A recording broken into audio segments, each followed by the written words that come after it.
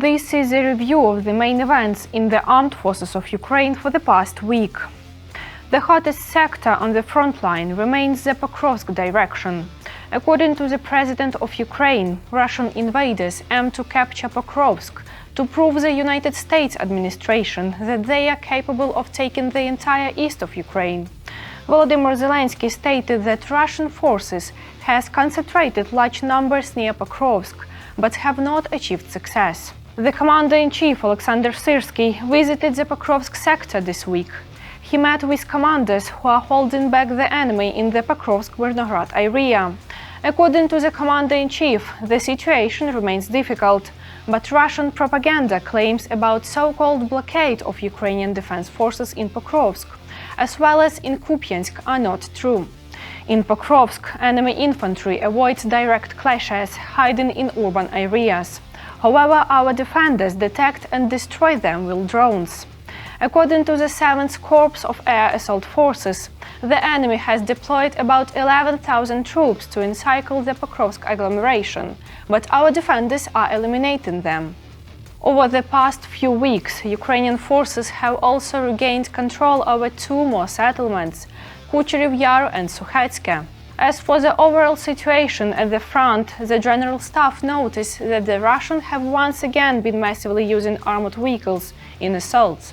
Across the entire front line this week, 41 armored-supported assaults were recorded. One of the largest assaults was repelled near Dobropilla, the 1st Corps of the National Guard Azov reported.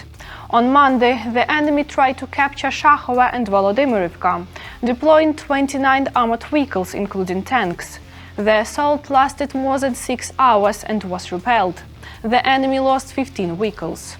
During the week, Russia continued to strike at Ukraine's energy infrastructure and civilian targets. In Sumy, drone attack damaged a dormitory and several apartment buildings. There are dead and wounded, including children. There are also casualties in Zaporizhia, where Russian rockets hit a dormitory housing around 200 people. Russia attacked a children's hospital in Kherson and a civilian bus in the Sumy region. Many energy facilities were destroyed, and repair crews are working around the clock to restore power.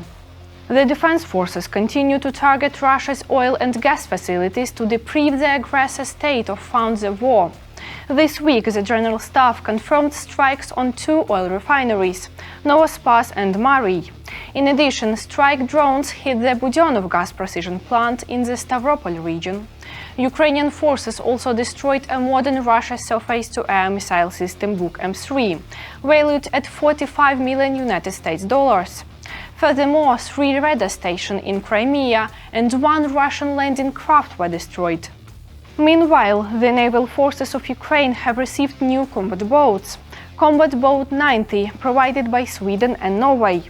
These boats will strengthen coastal defense and landing operations. A full division of these vessels is now formed. The command of the Unmanned Systems Forces of the Armed Forces of Ukraine has announced a large-scale recruitment campaign, 15,000 new positions. Half of them are civilian professions needed at the front. In October alone, unmanned systems units destroyed or damaged over 25,000 enemy targets, including nearly 8,000 enemy personnel. We will prevail. Produced by the main communications directorate of the Armed Forces of Ukraine. Glory to Ukraine!